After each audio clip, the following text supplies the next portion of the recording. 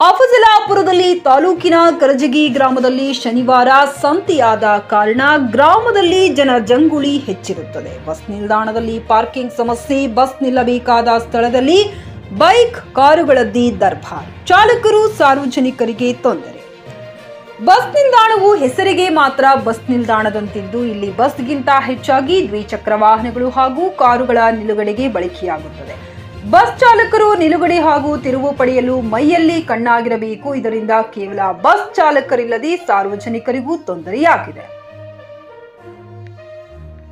Bike ಸವಾರರು ವಾಹನಗಳನ್ನ ನಿಲುಗಡೆ ಮಾಡಿ ಹೋದರೆ ಅವರು ಮರಳಿ ಬರುವ ತನಕ ಬಸ್ನವರು ಕಾಯಬೇಕಾದ ಅನಿವಾರ್ಯ ಪರಿಸ್ಥಿತಿಯಲ್ಲಿ ಬಸ್ ಚಾಲಕರು ತಮ್ಮ ಬಸ್ ಮುಂದಿನ ವಾಹನ ತೆಗೆಯಲು ನಿತ್ಯ 10 ನಿಮಿಷ ಶಬ್ದ ಮಾಡುವುದು ತಪ್ಪುತ್ತಿಲ್ಲ. ಈ ವೇಳೆ ಯಾರಾದರೂ ಬೈಕ್ ಹಿಡಿದು ದೂರ ಸೇರಿಸಿದರೆ ಬಸ್ ಚಾಲಕರು ನಿಧಾನವಾಗಿ ಬಸ್ ಸೇರಿಸಿಕೊಂಡು ಹೋಗಬೇಕಾದ ಅನಿವಾರ್ಯವಿದೆ. Saifan Mulla, tricky news Kannada, Afzalpur.